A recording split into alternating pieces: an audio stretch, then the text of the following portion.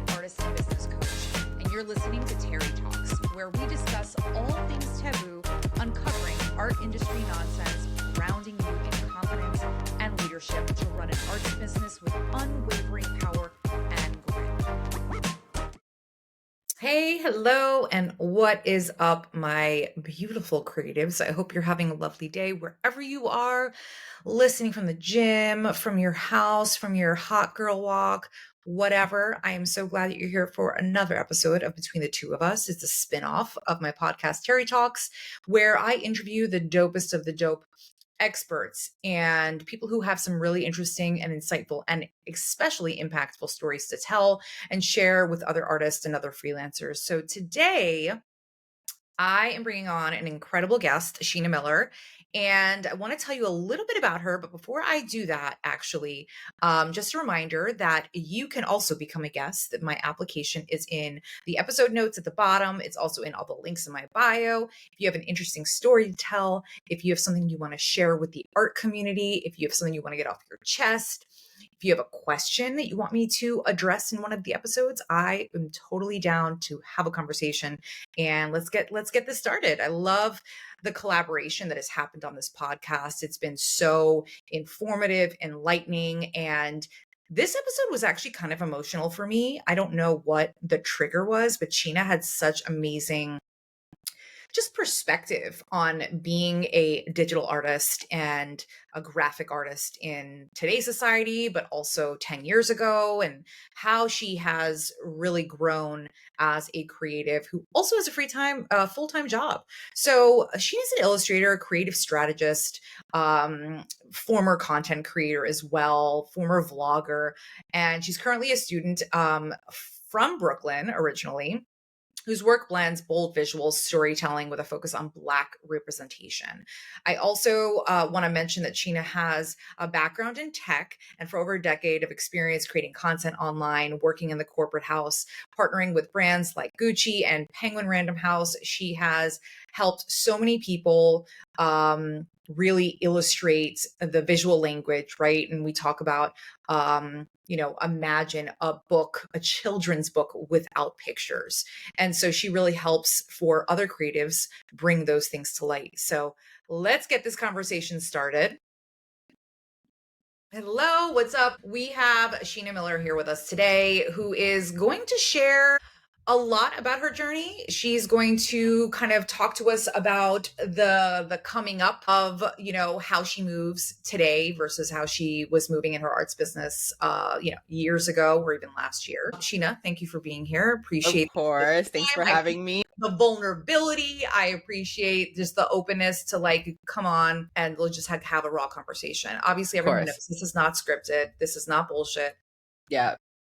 And we're going to dive right in. So just talk to us a little about what you're doing today, what is going on in your creative life, and then we'll go from there. Yeah. So I feel like I'm in one of those transformational stages. I would say I'm kind of in between being fully in it and eat, like, pray. There's some type of middle ground, and that's where I'm at. That's where I'm at. And I think a lot of it has to do with age. I am in my mid-30s, and I feel like when you're in your 20s, everything is new and fresh, and you can experiment a lot and take a lot more risk. And as I'm getting older, I'm more so worried about stability, adulting, as they say. And so my mindset has kind of shifted from how I used to do things to now. So I am working full-time in tech, and I decided to go back to school. I'm going to it's a university, but they have an online program, and I've been in that for cool. Thank you. I love these. In the 40s, me in the 40s. Cool. The awkward, we're like having our teenage growing pains again, like research. Yeah. Being in school with Gen Z, using AI all day long. Yeah. Fucking weird. I'm not. Yeah. I sit in front of a 17-year-old, so it's very weird. And she's helping me with the blackboard and the tech stuff, and I'm it's like, am I babysitting or am I in class? Like, what's going on? But then she comes to me and she's like, could you just look at this assignment real quick for English? I'm like, we're in Gen Psych anyway. But you've also always worked full time and kind of ran this creative side of your business. And I only took a break for a small time. So I want to say when you and I met in Fort Greene, we were kind of doing our artsy dates and going to the coffee shops. I was freelancing 100%. So I decided right before the pandemic to quit my full-time job doing IT directing and managing and just kind of went out on faith. And the timing to everyone's probably very odd. Like, why would you do it then? But there were some circumstances that kind of happened during that time that were very serendipitous. And I have a very supportive man, and he was like, listen, no time better than the present. I was still in my 20s. And so I was like, let's do it. And I freelanced for about 5 or 6 years before I went back into a corporate I didn't know it was that long. Damn. Yeah. Okay. Yeah. So I got a taste of the forbidden fruit. Yes. And now I'm back in it. What were you mainly doing during that time of freelancing? What kind of things were you, I guess, making, offering? Like, yeah. So I've always been an artist, but I think when I took that break from full-time working in corporate, I jumped into digital art. And I went out to Apple and I was like, I'm buying an iPad today, and whatever happens, happens. And that's kind of how the business sprouted. Like, I had never done like digital art for real. Like maybe some paint, on like your computer, but not like this. And so I started to draw, and at that time I was already vlogging. A lot of people don't realize I got my start in content creation back when the influencer shit was not like this, and we were just doing it for fun. YouTube wasn't paying me. I just enjoyed making videos and tutorials and helping people. Okay, so you're making tutorials. I was like, well, yeah. Oh my God, I have to everything. I did like natural hair at one point. Then me and my man owned a house, and we had a whole channel about renovating our house in Atlanta. Then we got off of that because he was over it. He was like, I hate being on camera this much. I'm being perceived. So yeah, he's just very low key. He doesn't even use social media. So I really had to talk him into that. Yeah, he was on the House Husband. Exactly. And then I kind of got off of that with him and started my own channel. And that was when I had moved back to New York. So I'm originally from Brooklyn. I'm from Canarsie. And my mom moved us to Atlanta when I was like 13. And so the minute I had an opportunity to move back, I was like, let's go. We packed up everything and came back. So that's when I started vlogging, because it was like, and that's where She Meets City comes from, because I was meeting my city again. You know what I mean? Like, people don't realize that it's a weird dynamic. Like, am I a local? Am I a transplant? Because I've been in New York over 20 years now combined. So and were you on YouTube? Was that all on YouTube? All of it. So us in the moving truck, us doing everything. That never fails, YouTube. Yeah. No matter what apps pop up that we all have, it is that long lasting, like, I mean, that's how I started this. I was just like, YouTube is like, it's just the go-to. I don't know. It's like an archive. And like, even if you're not making money off of it, in my mind, I was like, I'm going to be like 60 one day, and this is going to exist. Whereas like, if I didn't upload this, the quality wouldn't be there. I wouldn't document the same, but I cared about it so much and I loved editing. So I was like, let me just see what happens with this. And it took off, because at that time, moving back to New York, it wasn't trendy. Right. It wasn't. And that was like 2014, 2015. Wow. So I feel like that's when New York was still New York. I'm sorry, y'all. If you're in New York now, you don't know New York. I hate to break it to you. From someone who lived here, left, came back, you're not in the real New York. I'm sorry. Were we on Instagram? Yeah. I was definitely still on Facebook. Because I'm about 10 years older, so I definitely, I might have lived on Facebook. I don't know. But Instagram wasn't what it is now. There was no brand deal. There was none of that. It was the over-filtered pictures and just your friends and family. Like, it was very much giving that, right? So I think, I don't want to say like, oh, I pioneered this, but I was definitely one of the first girls to be like, this is what New York is really like. Like, we still don't have jobs. We sold our home. We don't know. We're in this small-ass apartment in Hell's Kitchen, okay? That was my first apartment, living off of 49th between 8th and 9th. And this girl's from Hell's Kitchen? Oh my God, really? Yeah. We got it was so random, but we had a landlord who was like, listen, he called us on the street and was like, I have this apartment, y'all want to see it? And we were desperate. We were like sleeping on our friend's couch, also in Hell's Kitchen, and not able to find an apartment because they want you to have the job. They want you to have the guarantor. And we're like, we don't have shit. Yeah. So we moved in and I just started to vlog everything. And it just picked up. People were like, how'd you do that? How did you get that apartment? Where are you working now? And so when we got up here, I wasn't working for but I wasn't doing this art stuff. We were just living off of our house money. And then eventually I got a job.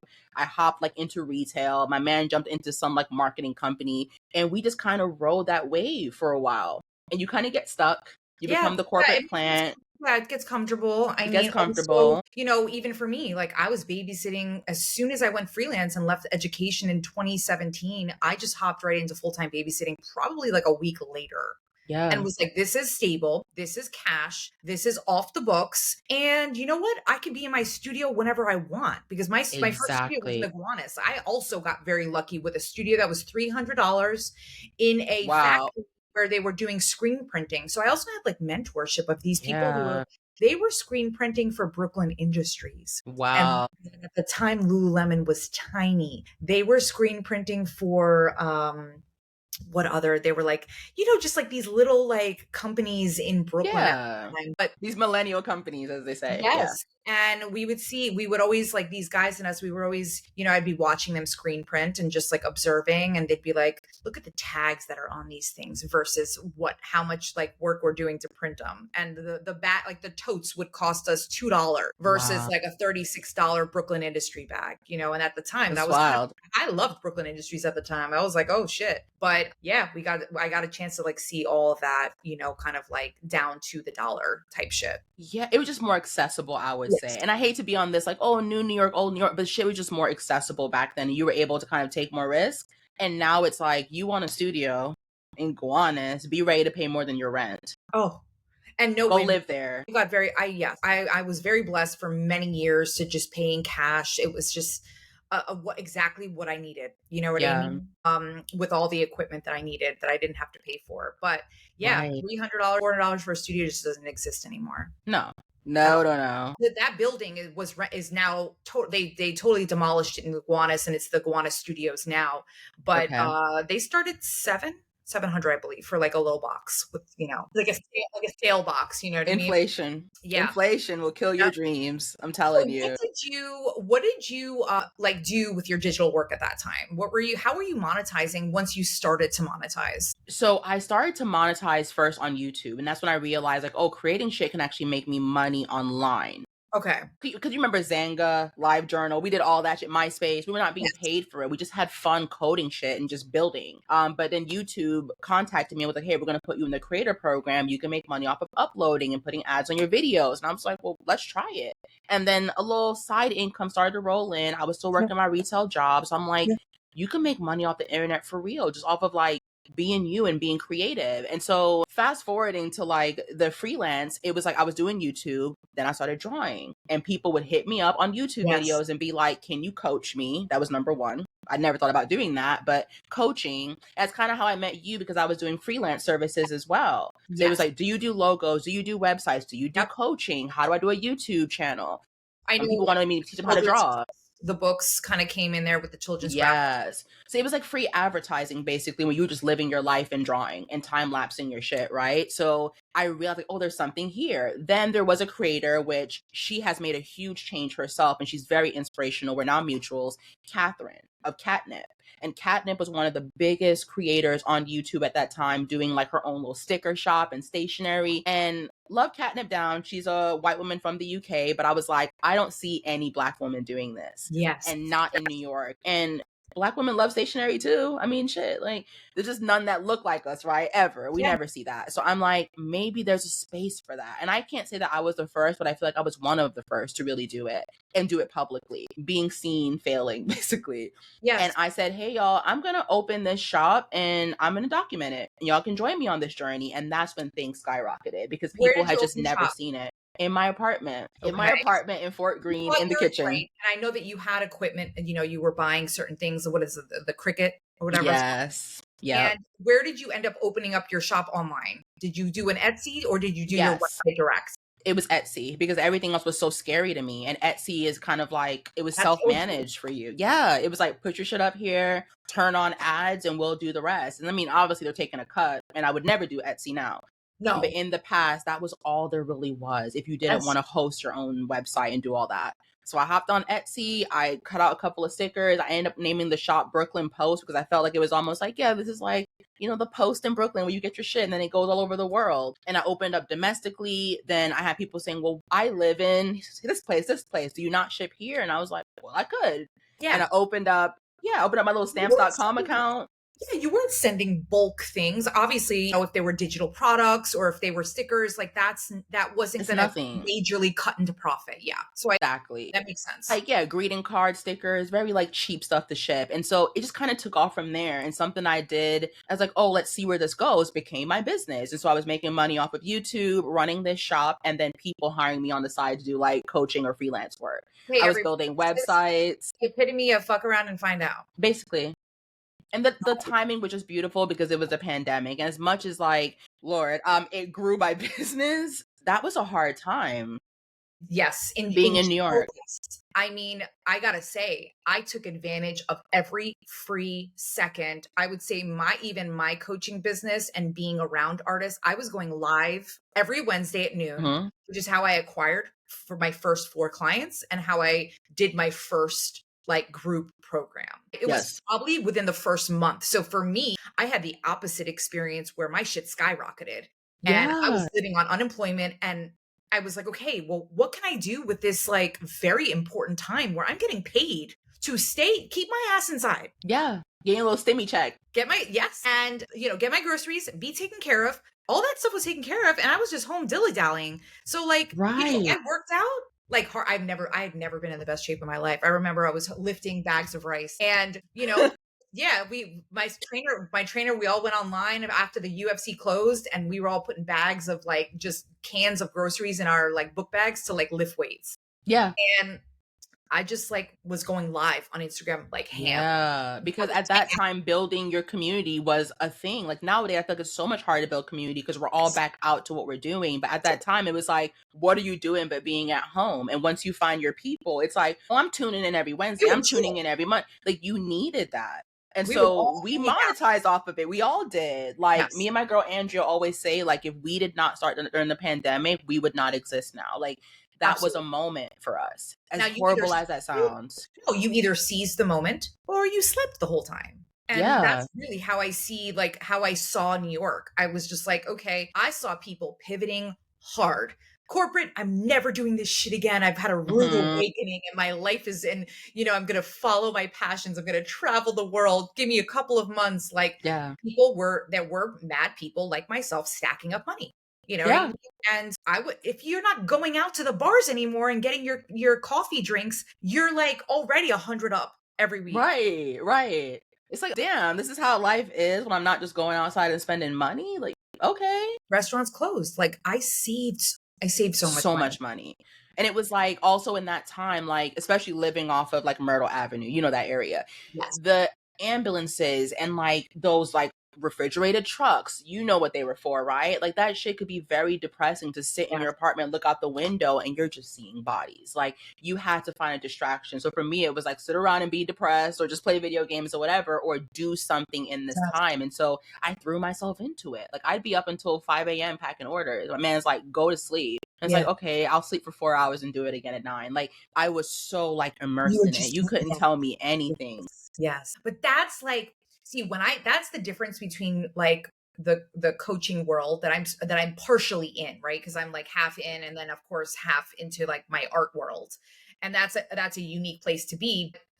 When I hear about coaches who spent the first 3 years of their lives, just sort of sleeping and eating their businesses and not getting any, like I stayed up all night last night. And I'm like, that's a different mindset than someone who's like, I stayed up all night because I wanted to. And like this, not to brag about it because like, oh, I slaved over my business. That's a totally different vibe than like, I was so excited to send these stickers out and send my drawings out. It's given like first day of school. And you laying your clothes out and you can't sleep. And it's like, the day's going to come anyway. Chill, Sheena. It was like, oh, I got my Air Forces. They match the socks. I got my little, like, that's how it felt every day getting up. Like, I want to hurry up through sleep because my dream is waiting on me. And like, no Tino shade to corporate companies, but I don't wake up like that now. I wake up and it's like, I do this because I have to. But back then it was like, I do this because this is my purpose. Like people are waiting on me to get their shit out or to post this video. Like they would be waiting on the videos. Like, Sheena, it's a countdown to launch. Where's day 9? Where's day 10?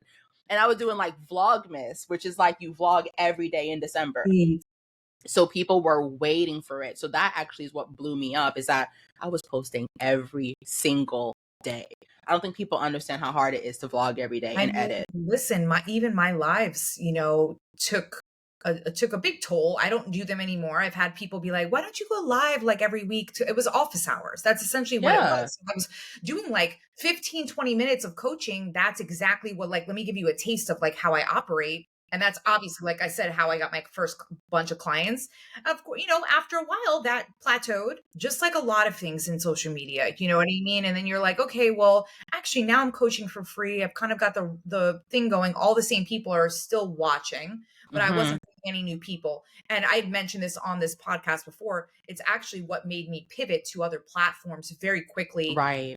Podcast situation, this, Terry Talks took a lot of thought and research, because I was personally not a podcaster. Yeah, you don't half-ass either. I don't go to the gym and listen to podcasts. Like, I'll fall asleep. I don't go in the car. I need like motivation, but like the audiobook sort of community and the people who are listening to like these motivational podcasts, I was like, there's a reason why those people hang out in that area. And statistically, what kind of pushed me over the edge was that they mentioned that scientifically, the people who are into the podcast world have a different intellect. Interesting. Like, they are more high level thinkers. Sorry, everybody else, but I'm also don't read like a ton of books for leisure. Like, I know a lot of friends do. So I was in like a very interesting space where I was like, okay, let me research. How long could I last on a could I listen to a podcast for? What type of voices do I want to hear? Like, what topics I'm like, how do I want to do these interviews differently? Because some of those were very boring. Yes. And like, I had people be like, yo, you should be on TikTok and just talk your shit. I was like, I think I missed that train. Yeah. And so, it just wasn't like where I wanted to hang out with, like, those weren't my peers either, really. Right. So anyway, I know I digress. I'm like so bad about this on these podcasts. No.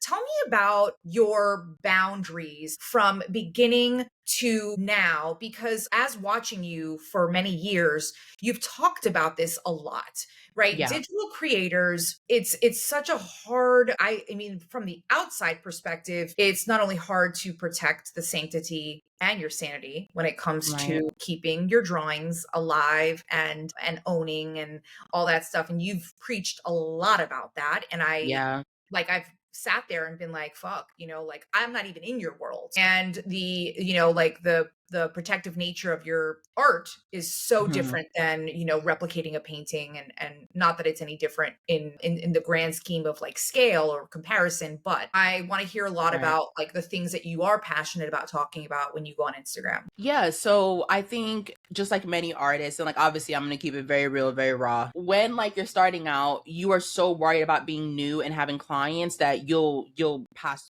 anything goes. It's like, I'm just this feeble artist. I just need money, support me. And it puts you in a place of being inferior, because you're new to doing art. You're new to doing digital art. You're trying to get clients, and you're so worried about being abrasive that you let anything fly. So in the beginning, it was like, can I repost your art to my Instagram page? And I'd be like, go ahead. Not thinking like they're using your property to grow their own shit. Maybe you should say no. I just wanted community and I wanted followers. So I was like, yeah, go ahead. I had like friends and family and old coworkers that would hire me, and I really appreciated it. But it was also like $150 for this big ass project. Like, I mean, I guess we're just in the house. You just let things slide. And I think the moment that it really hit me, I'm not going to mention this person's name because I'm not messy, and it's been a very, very long time. She's probably also forgotten about me.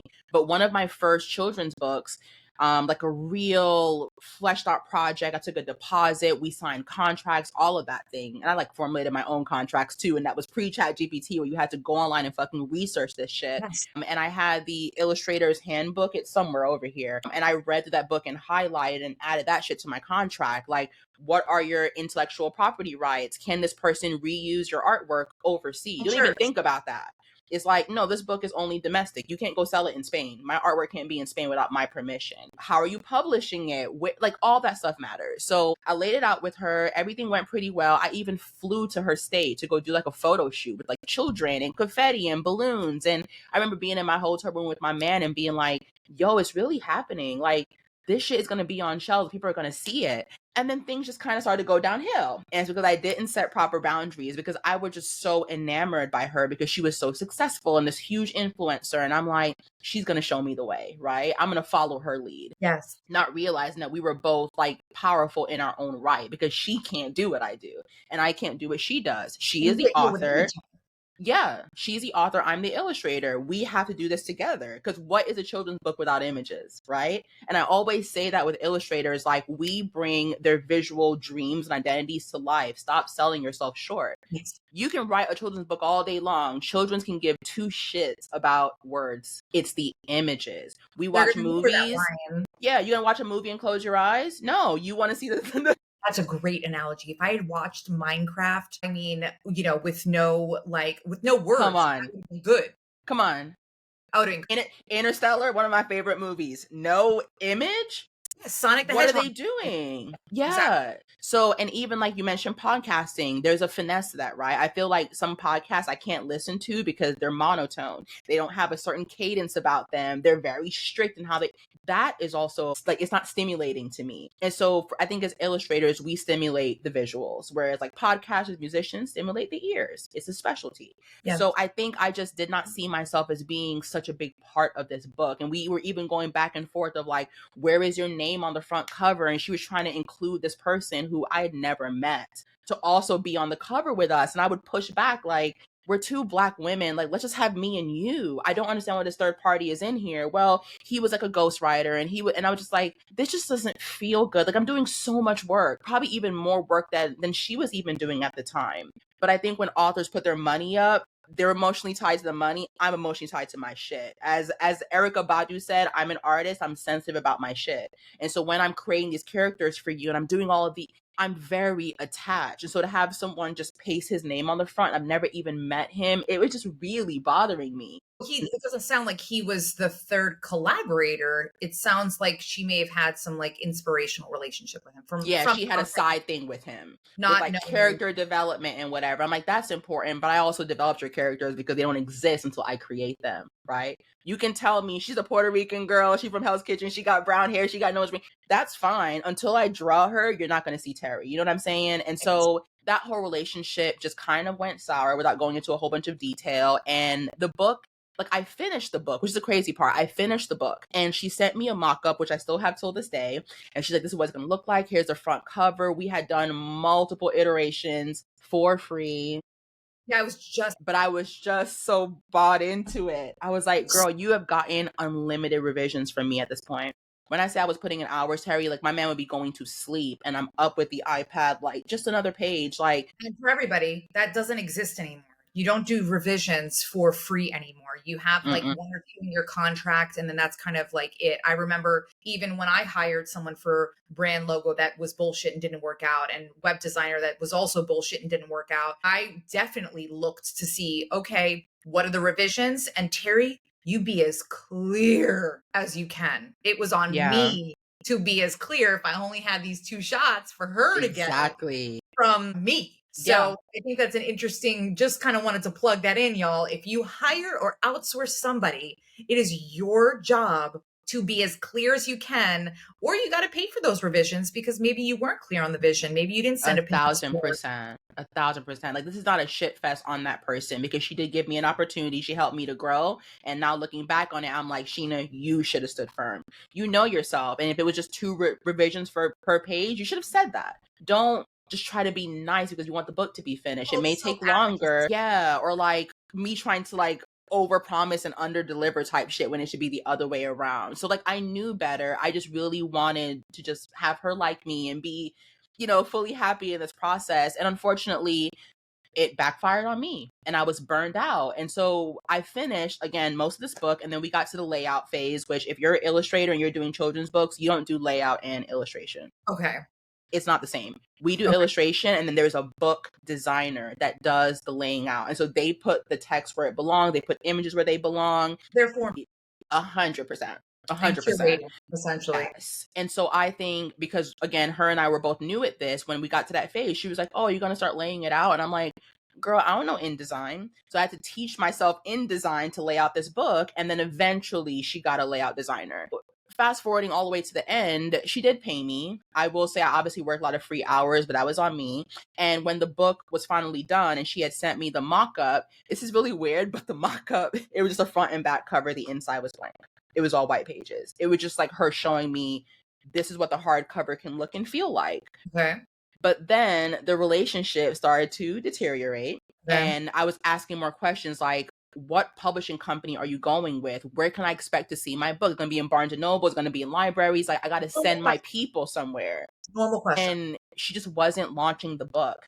And my heart was sinking because I think someone had to tell me this, or maybe I heard it in the artist way. It was like, we make art to be seen. We make art to be seen. We don't make it to shove down somewhere and go lock in a closet. That's not how we do things. So for me, I was very torn up on like, my people have been following this journey with me. I've been vlogging it. I've been talking about it. I've been posting snippets on my Instagram. Where is the book going to be and when is it coming out? And it just kept slow rolling. And then she said, I'm not launching it. The book is not coming out. Oh, I just got the chills.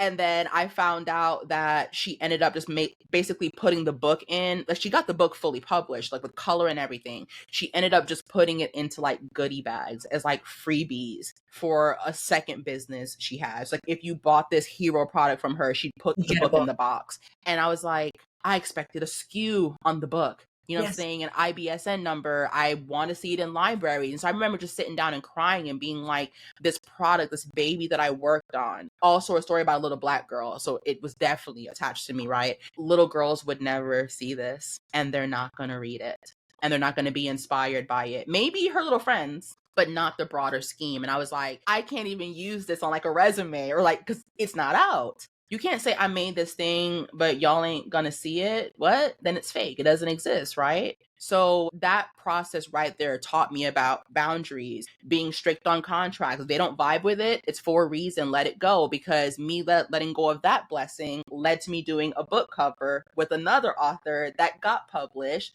The largest publishing house in the nation. That was aligned. Yes. And it's on books. I've gone to the library and seen it, you know, and there's something about that. It's like, it wasn't a whole children. It was just a cover, but God, does that mean so much to me? It means, and like, y'all can't see it because my shelf is up high, but there's a bookshelf and it's there. Like, that's my baby. And that author really, and like, obviously she had Penguin Random House behind her, right? So this huge publishing company, they have processes. So it's not about, they're not fucking around. Yeah, we're not going to accidentally exploit you because you can sue us. It's a lot more stringent. And so there was a book cover designer. I got to collaborate with her where I would send her my art and she would say, let's put sparkle here. And the book is Sparkle, by the way. Let's put sparkle here. Let's put the hairbrush here. And I just felt so in control. There was even a point where Lakita Wilson, I love you, Lakita. Thank you so much for the opportunity. But me and Lakita had even gone back and forth. She's the author, where she was like, well, yeah, Sparkle is bald because Sparkle had alopecia, but the images that she was sending me was of traction alopecia. And for my girls out there who wear wigs, because I don't, is when you pull your hair too much in the front and you're putting the glue and you're doing all of that and you start to lose your edges. Right. That's what traction alopecia is. Or you wear top buns and you lose your hair in the middle. That's not what was happening to Sparkle. Sparkle was just going bald all over. It's a whole different diagnosis. And so I done some research and I was like, Lakita, I think we're going in the wrong direction. Like Sparkle shouldn't have bald spots. Like she would end up bald. And so rather than throughout the book. Yeah. And at the end of the book, Sparkle's bald. Oh, sorry, alert, she's bald. Even on the cover of the book, she's bald. So yeah, it took so much to be like, oh man, she's gonna be so mad at me because she's the author, you know, she holds the power, she commissioned me, she found me. But I just know like we should not have her on here with like long silky hair and one bald spot. So I got back to her and she was like, you're right. And that's how feedback works. The thing is, if you constantly bite your tongue and that person reacts in a shitty way, they weren't meant to be your collaborator. That's honestly how I feel. Like if they were like, how dare you, you know, and you got that reaction, you know, that's not I want to be working with people who are very open to honest opinions, regardless of like if that was your place or not. 100%. You were coming from a great place. You were coming from a creative place and a very thoughtful, like, I wonder what would make this. I care. Yeah. And to have her just be like, yeah, I see that. I was like, yo, she respects me as a talent. We be forgetting that we're the talent. Like it cannot happen without us. So there's a respect that goes back and forth. I cannot write like Lakita and she can't draw like me. And there was just such an understanding of that. So I was like, this is going to be something. this is and like obviously there's a contract that says it's going to market, so you're actually hyping up to go towards something. So again, we did all the whole process, we got the layout done, she sent me the final image and was like, what do you think? And even that was like, oh, I get to have a say, like this is crazy. Yeah. And I was like, I love it. And it went to production. That was October 2022 or 23, I don't remember. But Sparkle is out and it's here, it's international as far as I know. It's in libraries, you can buy it on Barnes and Noble, Amazon, everywhere. And then Lakita would start to post pictures of little girls with this book with their heads just bald, and I'm like, this was what I was waiting for from the beginning. And I never got redemption for that. I never had my redemption arc. It was like that died, and I felt shame with that because I told my whole audience about it. Right? It's like you launching a program and you're excited and you're signaling, you're hyping it up, and then you never do it. It just like all of a sudden abruptly dies. Everyone's looking at Terry like she don't keep her word. Like why did she hype this up? Reputation. It is reputation. That's even why I get mad at my systems when they don't work. I'm like, no, don't make me look bad. You know what I mean? Like that's very like even just seeing things, like you said, seeing things through is part of my, energy and all that stuff. Can you tell me what was the biggest difference between these two situations? And I don't want to say like, what would you do, now, and what, how would you treat this? I mean, that's a good question as well, but I'm just wondering like what made, a lot of the obvious things made the second situation way more aligned and important. But yeah, what was the biggest like thing, I guess, that you would, that taught you the most in those two situations? Was it contract? Was it the communication? Like which part was like the most pivotal? I hate to say this, but I say it all the time, so my audience knows that this is what I've been saying for years. You almost hit like a precipice of like, I am no longer this type of artist, I'm this type of artist. And you just kind of refuse to accept anything below this. And so I feel like once that first thing happened, I was like, I will never work with an independent author again. And like, y'all, I love y'all. This is no tea, no shade. If you're an independent artist, you're like, oh, I love her work, you can still email me. But I got very particular about like, if you're in my inbox saying it's just me, I don't have a publishing plan, my thought process was, I'm going to have to hold your hand. And I did that before and I ate shit. Yeah. Right. It's so I have right now. Yes, I need to see that you've done this before. So if you're coaching people, they need proof in the pudding. Have you done this before? Yes. Don't use me as a guinea pig. I don't want to be a guinea pig. My work takes a lot of energy and passion, and I'm sensitive about my shit. I'm not going to do this with every person who wants to be an author. Just saying.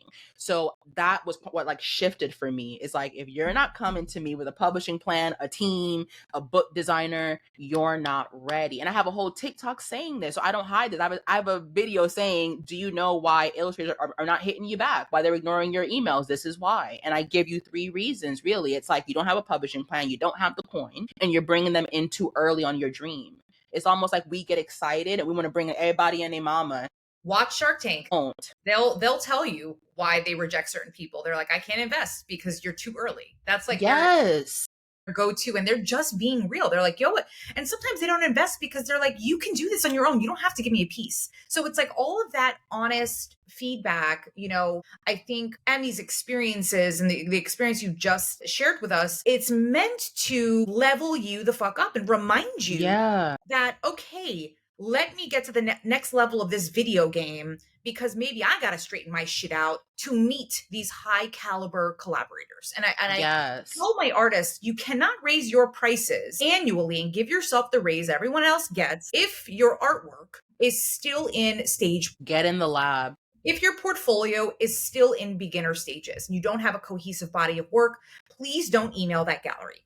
Slow down to speed up. And I think that this is a great example of like how you can take a situation and then really like go into this professional mode. Because just because you're an artist and you say you're an artist does not make you a professional artist.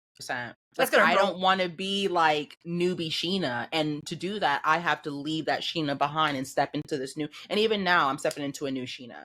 So that was like a moment for me where I was like, make up your mind. People are not going to be happy with you. You're going to have to reject a lot of people, to where I like created a canned message in Gmail. Like a little shortcut message of, Thanks for sharing your story with me. I really appreciate you being vulnerable. This is not the project for me, and here's why. And there are people who just like ghosted me, like, fuck you, bitch. I had one girl be like, so why not? And it was like, because I don't want to. This is going to take a lot of my soul. I don't want to give that to a stranger who is in stage 1 when I'm in stage 11. Come meet me at stage 11 and we can talk. And that requires you researching what a IBSN number is, researching how to publish, pitching your book to a publishing firm so that both of us can make bank. Like, you have not done the work and you're bringing me in, and I can't hold your hand through this. Love you, girl, but I don't know you. Yeah, I can't walk you through this. And I do a lot of work in the dark. I did a lot of work in the dark, by candlelight, by myself. Yeah. Reading, researching, taking L's. That is the level, that's the only level of investment that you can do for free that leads you to be able to charge more. Yeah. And to be able to be taken seriously. And how you're perceived. Right. When I see, certain artists just kind of, stalking artists and just like looking, and doing my own research and seeing how people develop, whether they're my client or not. It's like, if you don't even have your email or something in your bio, that's automatically going to, like, those things are going to turn me off if you've applied to, to maybe work with me, or your application. Right. Or I can't find you online. I can't find you online. Why can't I find you online? Where's the website? Where is, the cohesiveness? Can I see it? Is it obvious? When I work with emerging artists, and our goal is to really straighten all that shit out and get shit done.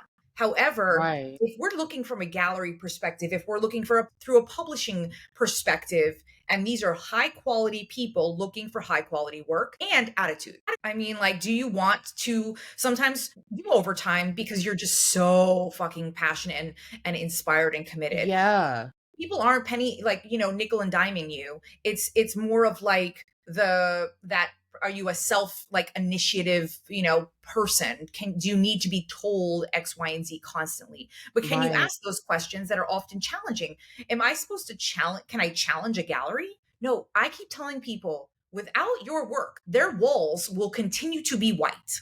Exactly. And they will not get a commission. So galleries wouldn't exist if you weren't making the arts. So guess what? You're both stakeholders. Like, I like that mindset. I'm only there. And sometimes I feel like working a full-time job, I also preach this. A lot of people go from like college to freelance, or mom and daddy's house to freelance. And I always say, like, even if you don't need the money, it is so worth it to have a job in between, because you learn how to work with stakeholders. You learn how to be professional. Even being in corporate now, I couldn't approach my boss and say, I don't have a portfolio. You can't find my LinkedIn anywhere. No, but give me the job, right? And that's how I feel like people would approach me. Like, you don't need a manuscript of this book. Just trust that I have this passion about a little girl who wants to be an astronaut. And it's like, happy for you. I'm glad this story is in your heart. It's not in my heart. You have to pitch me. I have to be able to find you. Do you look good online, or do you have a scandal that I'm now attached to? And if you know anything about my background, it ain't a lot of scandal, because I keep myself very separate. Yeah, I cherry pick projects, but that's a place of privilege, and kind of bringing it all around. That's why I went back to full time, because I never want to be the desperate artist that worked with everybody. If you for everybody, you for nobody, right? So I was like, I want to cherry pick my projects. And so even going into Sparkle, I hadn't had the full-time job yet, but I'd gotten it like right after that point. So I knew what was coming. I was interviewing with like companies like Google, so I knew what was coming.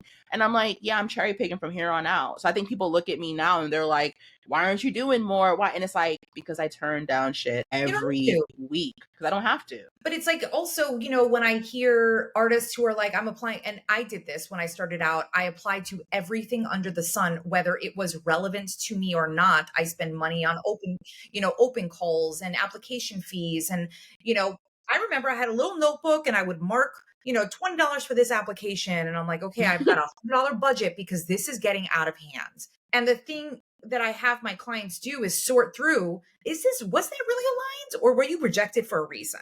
And you should have maybe said no before that. Yeah. Right. So it's like, I think that there are a lot of artists that jump too quickly at certain opportunities because they don't think they're allowed to say no. Yeah. Or no other opportunity will come. Yeah. And my biggest thing is like, close certain doors so that other doors can open. Have you ever been in like a small New York apartment and the doors open into each other, or you have a fridge that opens and you're like, I've had the fridge. Y'all could just rearrange, okay, it's the same thing. It's like you just move this wall out of the way, the fridge door can open all the way up, or the bedroom door can open.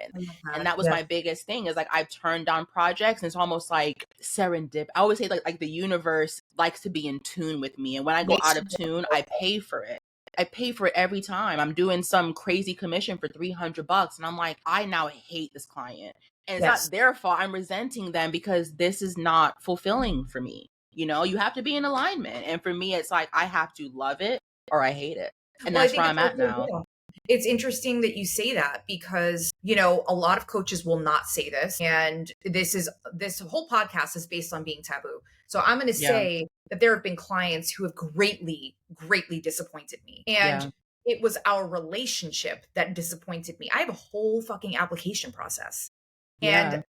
And they turned on me, right? Because there's always got to be someone to blame, right? Like there's always, always like, and I'm learning about this in psych class. It's like, you know, like there's always got to be like this internal ego and id thing that we're discussing. It's like, well, what's this rational version? But no, you know, like we don't want that right now. And I definitely had clients that, you know, kind of traumatized me in some ways because I over delivered and they under delivered, and we were on different pages. And, you know, them walking away, not getting exactly what they wanted was, you know, was just like, you missed the point. And it's like, and then in hindsight, I'm like, I've got an application process. Terry, just like say no, it's okay. You know, and now I did. I mean, I just recently rejected an application to be on this podcast because it was just not aligned with what I needed to have here and who I needed to have here to make the biggest impact. Not for me. I could talk shit on this podcast all day, right? But my voice is not the only one that needs to be heard. And the impact of having someone else on here is very important to me. But being selective is even more important to me. Yeah. So when I'm doing this outreach right now, I have like very specific, like, you know, topics in mind. And then I collaborate with you. And then like, but yes, there will, like you said, there will always be something lined up that's more aligned because you're like in this position of power when you say no. Yeah. Like, and like even being on this podcast, I had turned down many a podcast. For y'all who don't know, this is my first podcast ever. For me being freelance for this long, being an artist, being an online personality. And there was 5 years ago. I don't think I would have years ago. I think that we would have had to know each other. The people who are coming on the podcast, I know. The people who I don't really know, I've researched the shit out of them on Instagram for what their expertise genuinely is. And that's because we're bound. Yes. Like people don't understand that your brand and my brand are now bound. And so I can't be on someone's podcast who, again, I can't reach it, I can't find you, or you've done messy things. And it was only one friend who asked me to be on her podcast years ago, and I had to tell her no because I wasn't ready. And I was stepping into a full-time job, and I'm like, oh no, what am I allowed to talk about? What can I talk about? And I remember her saying like, oh, it's going to be very like organic. We're just going to go off the dome. And that scared me because I was like, I can't get into conversations with you that could jeopardize this job that I fought really hard to get. And so when speaking with you, it was very much like a vetting process. Let's talk about what will be discussed, what deal breakers were. And I was able to kind of like breathe a sigh of relief. Like she's not going to corner me in a place where I'm going to compromise my livelihood to be on her podcast. Like it didn't feel that way. Yes. And that's why I said yes. Yeah, no. And that's always the first thing I ask. I'm like, okay, what is totally like off limits? There are people who I've spoken to who are like, money's off limits. Cool. We don't have to talk about that. To me, money is a very, very big part of being a creative freelancer. People always want to know how you make a living and how you make your money. You know what I mean? And I'm transparent. Right. I'm still working with my family that I've been working with for 7 years, having raised this little girl, right? I don't do that because I have to do that. I do it because I made the time to dedicate my life to still being around kids, right? Right. But it's always, you know, there are always things that people are allowed to keep private, just like Instagram, just like any social media. Tell me what made you say yes to me? Now I'm really I think because like I already knew you, right? And so I felt like this is not someone I have to have like awkward prying conversation. Because there's some people who are like that. We're like, we may be cool in the DMs, but I've never spoken to you like one-on-one. And for people who don't know, me and Terry have met in person. It's my first time. Like we don't do just virtual. I've met her. So like I knew this person's easy to talk to, number one. The age is also a thing for me because like I don't want to be on a podcast with someone who's 22 trying to be like a life coach. It's like, bend the block a bit more and come back to me, right? So it was age, it was experience, it was the authenticity. You're a girl from New York, like you get it.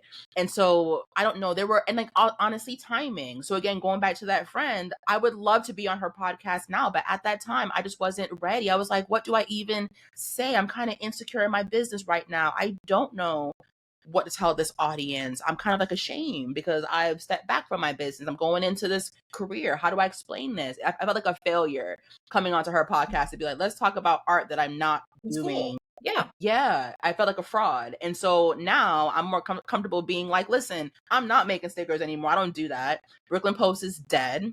I'm creating something new. Who knows what it will be called? When I was running Handmade in Brooklyn, I'm also a completely different creature. But one thing about you and I is that I also had seen you on Instagram being so vocal and for some very controversial. And that's all, first of all, that's my shit. I'm a Sagittarius. I'm the boss bitch. I'm aggressive. I talk about whatever I want to talk about on every platform. If you meet me in person, I'm the same. Nothing changes. It's true. We are who we are, which is why, like, there are many facets to me as a coach. I don't walk around saying that, like, oh, I'm an artist and business coach. There are many things that I do. I foster pit bulls, which everyone knows. I've got one, my mom calls it a dog hotel. And, you know, that is a huge passion of mine. People know that I have BPD and that I'm like very vocal about the fact that I'm back in school to become a therapist, to add that to my repertoire of impacting people. And so, like, I just, you and I being in such different places today is wild. Also, but also kind of in the same place. You know what I mean? Yes. Like being back in school, dropping our businesses. Yeah. It's like somehow we're in the same place. No, years later. Yeah. And I want to drop, a shout out to your man, because he built some incredible shit. I know that he's not on the podcast, but I just want to shout him out because he's a creative in his own right.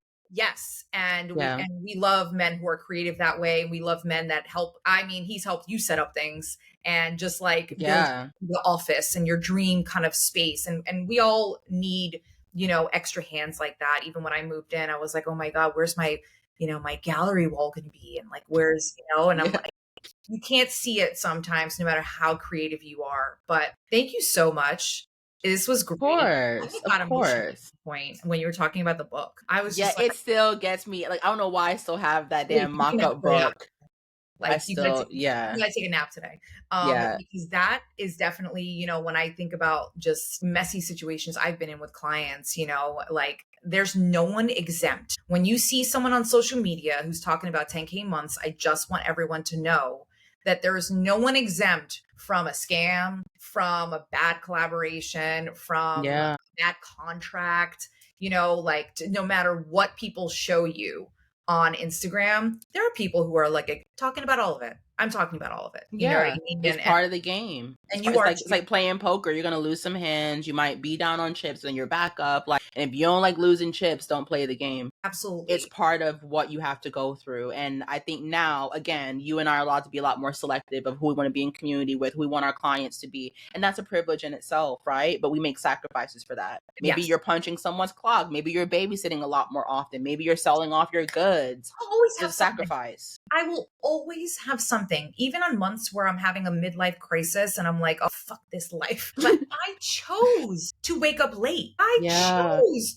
to foster dog. I have that freedom. And to be honest, I always talk about how freelancing has humbled the shit out of me. Like, I don't need to have 10K weeks in order to be happy. I don't need to get my nail. Like, I just don't need certain things anymore. That some people look at me and they're like, how does she have, like, live alone in Brooklyn, have a 2-bedroom, or like, you know, how does she just pay her bill? Like, not work at 5. And I'm like, you know what? First, number one, I was an educator for like 12 years. I had bank. I was like one of the top paid art teachers making 90K. All right. So I saved up money and I bought myself a lot of nice shit, paid off my car, like all the things, but I'm 41. Like, you've lived a lot of life right now. You know what I mean? Yeah. It's so, like, when people complain about the freelance life, it is a choice. And I'm blessed to have that choice. I never, ever take that for granted. And if you're in need of help when you're first starting out, look into those food stamps. There is no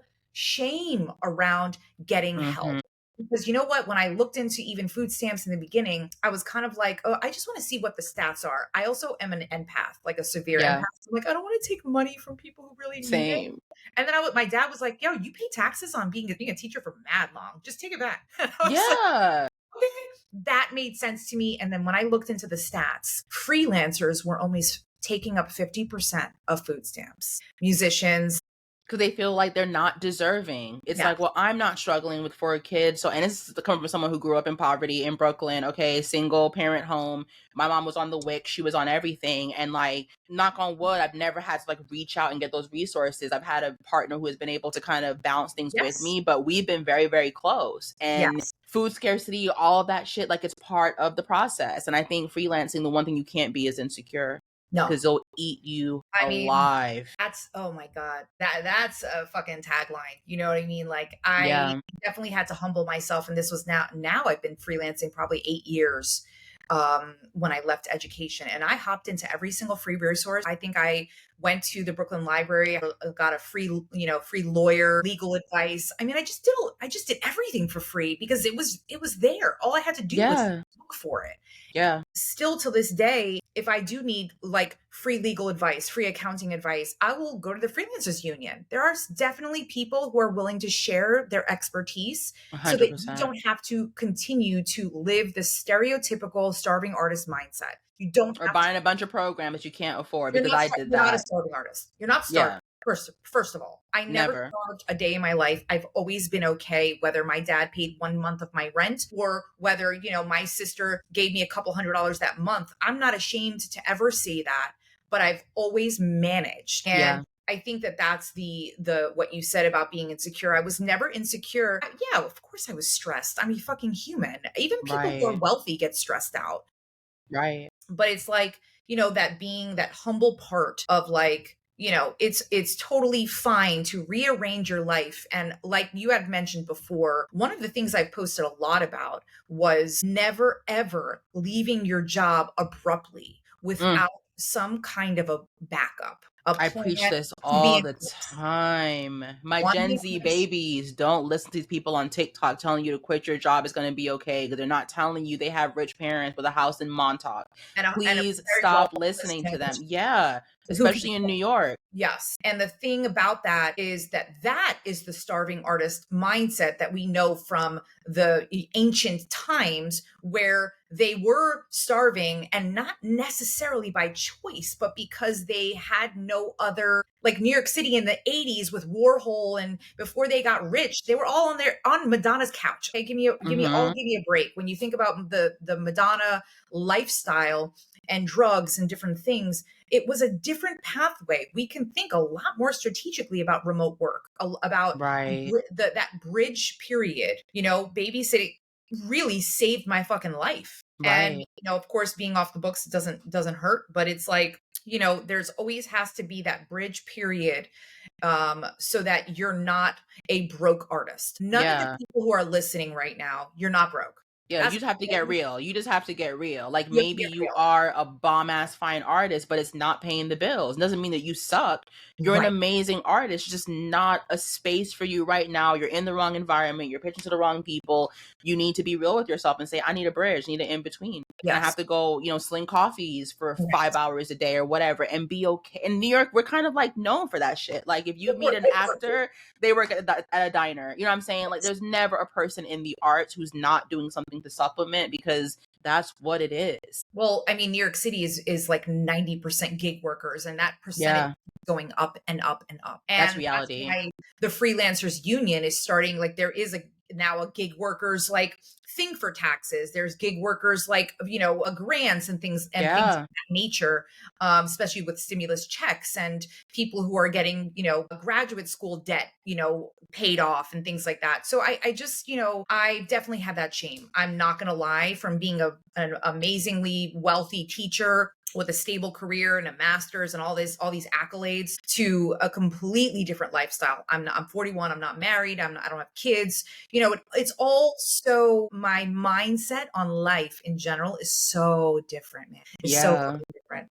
It's just it's not as stringent and as linear as maybe I had thought in my 20s. Like, and we're still learning, right? Like, I had therapy on Monday. My therapist was like, why are you so like hell bent on, I have to have this North Star? Like, I'm going towards this thing, and if I'm not, I'm depressed. She's like, what if life is just to live, and the things that will find you will find you? Yeah. Like, have you ever thought about that? I think about my man, like his career found him. Yeah. He had a marketing degree, went to a top school in the South, and like got up here and was like, holy shit, nobody wants me. Yeah. And I worked so hard for this degree. Like, where do I go? And his job just fell into his lap. And now he's been doing it for 8 years. Wow. His phone is always ringing. He makes several six figures. Like, he's very successful, but life just happened to him. He was just living, being him.